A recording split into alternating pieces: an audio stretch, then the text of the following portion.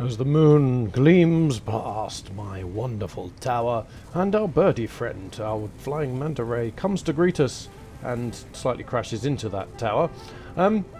It's another evening in Satisfactory. Welcome, my name is DontPokeJosh, and my voice has gone weird, so enjoy.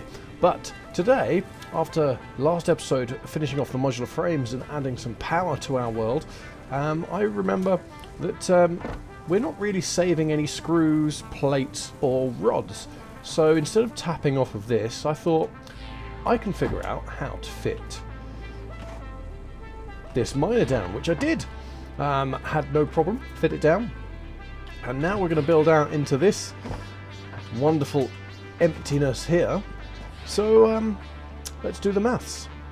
So with the current limitation of my belts, which is the conveyor belt Mark II, I can actually only do 4 smelters and 8 constructors off of 1. That's still significant, that's still all I actually need, and should last me until we dismantle most of the stuff here and build something bigger. So this will need to be at 100% to create 120, so I'll get that powered.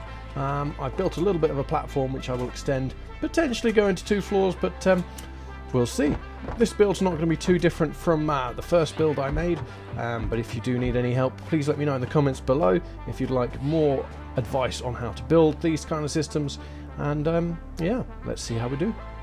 Well, that took a little bit longer than I wanted to, but that's mostly because I completely forgot that I had an alternative recipe for screws. So I took out 2 constructors because I only need iron going straight in. I decided to upgrade my concrete storage because I'm going to need a lot of that soon. And there we go. So I've got my smelters down at the bottom, got the screws being made and fed into 2 chests. Again, a limitation here is that I am making 90 on each. I can't combine them, so 2 chests it is. Then I've got these elevators taking the rest of the iron up here to make the plates and the rods, already backfilled over on that side, and everything's feeding through into some storage, and that's pretty good. Now let's get out of this pollution. Whilst all that's been going on, I have collected up everything I need for my next milestone for steel production, which is great because I can use the miner Mark II, foundry, and then we can start working towards our motors and all these lovely things. So let's turn that one in, and even though I've got to wait a whole 9 minutes, I mean, come on, I already have the stuff for the next one, so we'll select that up, and yeah, we'll just wait. Oh, starry night. Do you think anyone's actually looked up at the stars to try and find constellations? And probably not, because actually I've just noticed that that's a repeating pattern. There's a J with a little bird underneath, another J with a little bird underneath, a J with a little bird underneath, a J with a... Hello! A J with a little bird underneath. And there she is, ready for launch again. And now I can build a better weapon. Yay! This, ladies and gentlemen, is my favourite weapon because of this thing. It's so beautiful. I want one in real life. Please give me it. Now, to make motors, we need to make stators. And to make stators, we need to make steel pipes. And if we're making steel pipes, we need steel ingots. And to make steel ingots, we need coal and iron.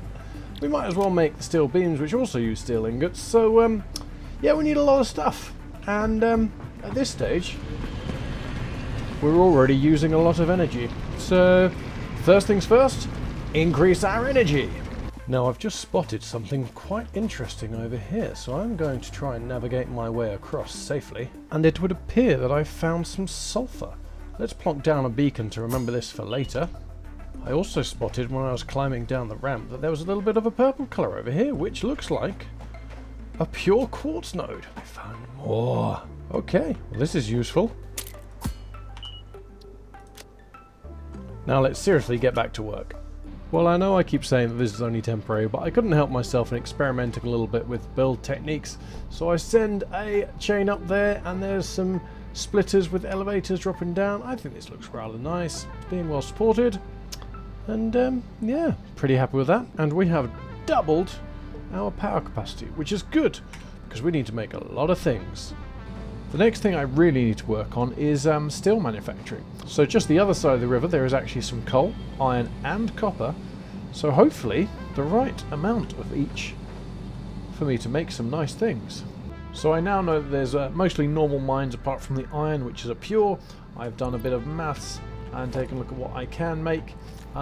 This is to start off with. Now I've got some large numbers of steel because I do need steel to make some of the more important items. So let's just chuck some fuel in here. Tractors are lovely creatures. The sugar cube. That might not be enough fuel to get back, but you know, it doesn't matter too much. So let's get going.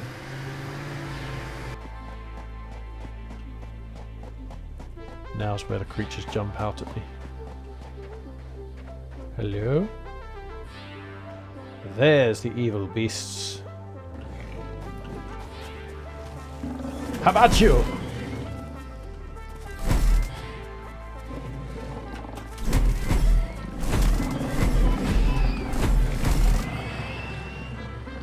Now, who's next? You are... Oh, there's two of you. I know what you're like. Okay, here we go. Chaos!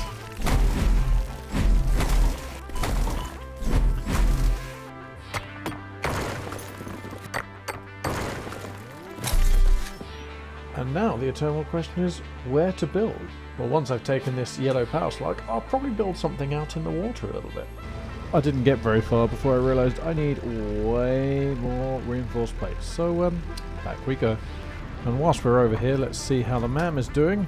We can also research that yellow power slug. And with a tiny bit of a break, let's pick up that. Thank you. And now we can open this up to get these lovely blade runners so I can run fast. And after a little wait, I can also send off for the yellow shards. And I suppose I've also got enough alien bits to research again. And now's as good a time as any to carry on with the build. So I'm going to go down this way because there's a drop pod which I saw a little while back and I haven't actually explored. And just in case it needs power, I've just run some power down. As I now have another hard drive. So I kind of got distracted and built the whole thing without recording anything. I'm going to go and explain a little bit of what's happening. But I was testing out a few little concepts and different ways of doing stuff. For example, I have everything being made on separate levels and conveyor belts taking things up to the next level to be manufactured and so on. And then finally, at the top level, everything's being taken up through the floors and then stored in containers. On the ground floor we have two sets of systems. The first side we have smelters turning straight ore into ingots. And on the rear side we have the foundries which take two sets of ore and turn those into ingots. This is where that you see I've got a slight inefficiency with my iron ore because I don't yet have the next mark of belts, but that will come very soon. Of course in the back corner here we do have just a constructor straight into foundation from concrete, and everything goes up in a path to the next floor. The next floor is pretty straightforward as well. You have ingots going straight into the initial items such as copper wire and screws. And tucked in the back we have some of the steel ingots being turned into steel beams. Once again this is heavily affected by my iron supply. These items are further carried up to the next floor with everything else, while this lasagna layer of assemblers turn them into mostly the final items. And there's a few points at which they're sent up for either storage or to go into the last manufacturer up here on the top floor, which will be making us our motors. All that's really left for this is to properly seal this up in a nice pretty looking building, then go back and hand in some milestones and upgrade this so that I can get this to peak efficiency. And yeah, let's see how we do.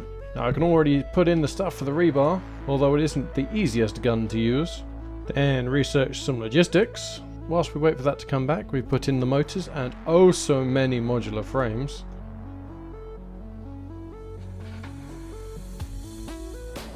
And now we're looking at tiers 5 and 6, and oh boy, the excitement begins. So tier 5 is oil processing and industrial manufacturing. Oil processing is great because we have oil in general, pump and refinery to create all of these lovely products. The power is actually in tier 6, which is in the fuel generator, but we instantly also get conveyor belt upgrades, so that's pretty good. Back in tier 5 we have the computer, the manufacturer and the truck. The manufacturer takes in 4 items to create 1, and the truck is a massive vehicle to store and transfer items, and this is really where my game is going to expand. Meanwhile, in Tier 6 we also have a jetpack, which is very useful for building, and gas mark is very, very useful because there will be some places which we can't get into because of poison. Thankfully we haven't had to deal with that yet, but we'll get there. Tier 5 milestones do not require anything I'm not making, which is great, so I can get started on those items straight away. Tier 6 requires computers and modular frames, which in themselves require multiple items, so they are dependent on me using the manufacturer. In the meantime, however, it's time for me to upgrade the Explorer, and what's quite useful in this current version is we have a map with this milestone, which means we'll be able to see what's going on around us and plan out our build a little bit more and just see where we've put beacons down. And here you can see how the map works, which is pretty useful. You can see where I've placed my quartz and the sulfur that I found recently. Now sadly the Explorer actually requires the oscillators and heavy modular frames, which although I could physically make those, I definitely don't have enough of this yet. But for now you're just going to have to enjoy me driving off into the sunrise in a tractor. So this is the time I would normally say subscribe if you want to see more. But I've made a decision to move the Let's Play from YouTube over to Twitch streams because I'd like to build faster and play a lot more. However, I still want to be putting up some tutorial videos, and I'll continue to update you on the progress of this game. But if you do want to see more, please follow me at twitch.com/DontPokeJosh. And if you would like to let me know that this has been fun, do hit the like button and take a look at the other videos that I've got. That's been it from me, and I'll see you next time.